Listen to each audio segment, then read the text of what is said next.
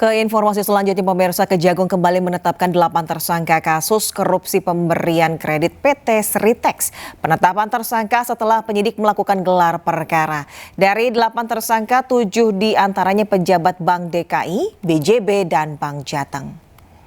Maka pada hari ini telah dilakukan pemeriksaan terhadap 8 orang saksi yang dipanggil pada hari ini.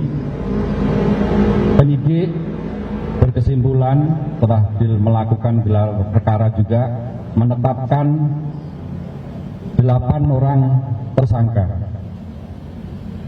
Ke-8 tersangka tersebut yang pertama AMS selaku Direktur Keuangan PT Sritex periode 2006-2023. Yang kedua BFW selaku Direktur Kredit UMKM merangkap Direktur Keuangan pada PT Bank DKI Jakarta tahun 2019 sampai dengan tahun 2022. Yang ketiga PS selaku Direktur Teknologi dan Operasional PT Bank DKI Jakarta periode 2015 sampai dengan 2021. Yang keempat YR selaku Direktur Utama PT Bank Pembangunan Daerah Jawa Barat dan Banten periode tahun 2019 sampai dengan Maret 2025. Yang kelima BR selaku Senior Eksekutif Vice President Bisnis PT Bank Pembangunan Daerah Jawa Barat dan Banten periode 2019 sampai dengan 2023. Yang keenam SP selaku Direktur Utama PT Bank Pembangunan Daerah Jawa Tengah periode 2014 sampai dengan 2023. Yang ketujuh PJ selaku Direktur Bisnis Korporasi dan Komersial PT Bank Pembangunan Daerah Jawa Tengah periode 2017 sampai dengan 2020. Dan yang terakhir ke-8 SD selaku Kepala Divisi Bisnis Korporasi dan Komersial PT Bank Pembangunan Daerah Jawa Tengah periode 2018 sampai dengan 2020. Kerugian negara dari pemberian kredit ini kepada 3 bank itu kurang lebih sebesar 1.088.850.808.028 rupiah, yang saat ini tentunya masih dalam proses penghitungan kerugian keuangan negara. Sebelum penetapan 8 tersangka baru, Kejaksaan Agung berulang kali memeriksa bos Sritex Iwan Kurniawan Lukminto dalam kasus dugaan korupsi pemberian kredit bank. Pagi Pak. Pak, bawa apa aja Pak? Bawa apa aja Pak? Ya setelah pemeriksaan. Iwan Kurniawan Lukminto bersama kuasa hukumnya tiba di gedung Bundar Jampitsus Kejagung. Iwan diperiksa untuk kelima kalinya dalam kasus dugaan korupsi pemberian kredit bank yang menjeratnya. Dalam kasus dugaan korupsi pemberian kredit ke PT Sritex, Kejaksaan telah menetapkan 3 tersangka, yakni Iwan Setiawan Lukminto selaku Dirut PT Sritex 2005 hingga 2022. Diki Syahban Dinata selaku pimpinan Divisi Korporasi dan Komersial PT Bank Pembangunan Daerah Jawa Barat dan Banten tahun 2020. Kemudian ada Zainuddin Mapa selaku Dirut PT Bank DKI tahun 2020. Jadi sudah jadi hak dari kurator sendiri, jadi biar inilah. Komisi Pemberantasan Korupsi KPK memeriksa istri Kepala Dinas PUPR Sumatera Utara Topan Obaja Ginting, Isabella Pencawan. Isabella diperiksa sebagai saksi dalam kasus dugaan korupsi pembangunan jalan di Dinas PUPR Sumut dan Satuan Kerja PJN Wilayah 1 Sumatera Utara. Menurut juru bicara KPK Budi Prasetyo, pemeriksaan Isabella dilakukan dalam rangka tindak lanjut penyidikan kasus korupsi proyek perbaikan jalan di Sumatera Utara dengan tersangka Kadis PUPR Sumut Topan Obaja Ginting. Dalam pemeriksaan ini penyidik mempertanyakan mengenai uang 2,8 miliar rupiah dan 2 senjata api yang ditemukan penyidik KPK saat melakukan penggeledahan di rumah tersangka Topan Obaja Ginting. Ini saudara Isa diperiksa sebagai saksi dalam perkara dugaan korupsi pembangunan proyek-proyek jalan dan reservasi di wilayah Sumatera Utara.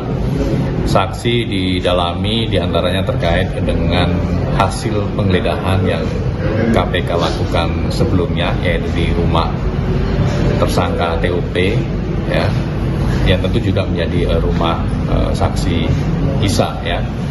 Dikonfirmasi terkait dengan temuan-temuan dalam kegiatan penggeledahan tersebut, diantaranya terkait dengan uang yang ditemukan dan diamankan. Bang, komentar dikit Bang, gimana terkait Topan Obaja Ginting merupakan satu dari 5 tersangka yang terjaring OTT KPK. Topan merupakan orang terdekat Gubernur Bobi Nasution. Selain Topan, 4 tersangka lain yakni Kepala UPTD Gunung Tua Dinas PUPR Sumut Rasuli Effendi Siregar, pejabat pembuat komitmen Satker PJN Wilayah 1 Provinsi Sumut Helianto, Direktur Utama PT Dalihan Natolu Group Akhirun Effendi Siregar, dan Direktur PT Rona Namora Raihan Dulasmi Pilang. Bang, gimana lu?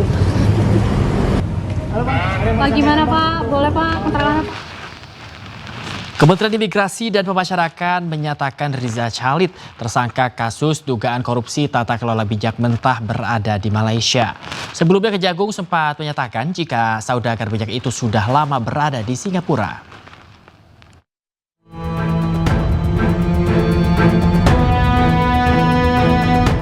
Hampir 2 pekan setelah ditetapkan sebagai tersangka dalam kasus dugaan korupsi tata kelola minyak mentah, Kejaksaan Agung belum juga berhasil menangkap Riza Khalid. Sebelumnya, Kejagung menyatakan ayah Kerry Ardianto yang juga tersangka dalam kasus yang sama itu diduga berada di Singapura. Untuk itu kami sudah kerjasama dengan perwakilan Kejaksaan Indonesia di luar negeri, khususnya di Singapura.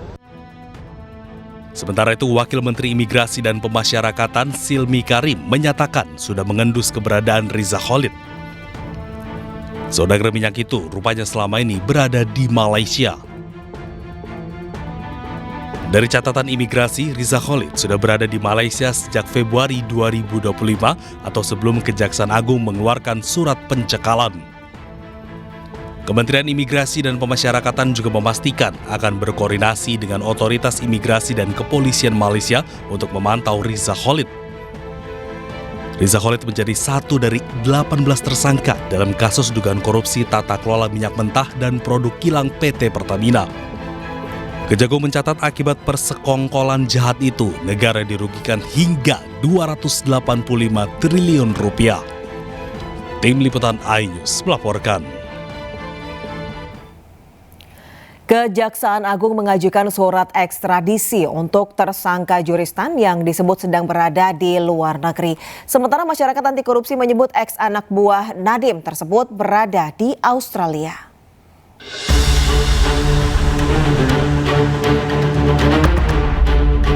Penyidik Kejaksaan Agung mengajukan ekstradisi untuk staf khusus dari ex-Mendikbud Nadiem Makarim, Juristan. Juristan merupakan satu dari 4 tersangka korupsi laptop di era Menteri Nadiem periode 2019-2022. Sebelumnya, Koordinator Masyarakat Anti Korupsi atau MAKI, Bonyamin Saiman, menduga Juristan berada di Australia. MAKI mendesak agar Kejagung segera memasukkan Juristan ke daftar Red Notice Interpol agar segera ditangkap dan dibawa ke Indonesia.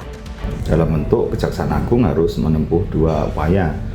Pertama, red notice ke Interpol supaya segera ditangkap oleh polisi setempat di negara tersebut atau melalui negara langsung tersebut bilateral. Dan dugaan saya Juristan ada di Australia, pernah terlihat di Sydney dan ada jejak juga di Alice Springs sekitarannya lah gitu. sekitar analis itu informasi yang saya dapat, maka Kejaksaan Agung bisa menyasar lebih presisi, yaitu langsung ke Australia. Joristan merupakan satu dari 4 tersangka korupsi pengadaan laptop era Nadiem. Adapun 3 lainnya adalah mantan konsultan Kemendikbudristek Ibrahim Arif, Direktur Sekolah Menengah Pertama Kemendikbudristek Mulyatsyah, dan Direktur Sekolah Dasar Kemendikbudristek Sri Wahyuningsih. 2 tersangka telah ditahan, sementara 1 lainnya menjadi tahanan kota karena disebut sedang sakit.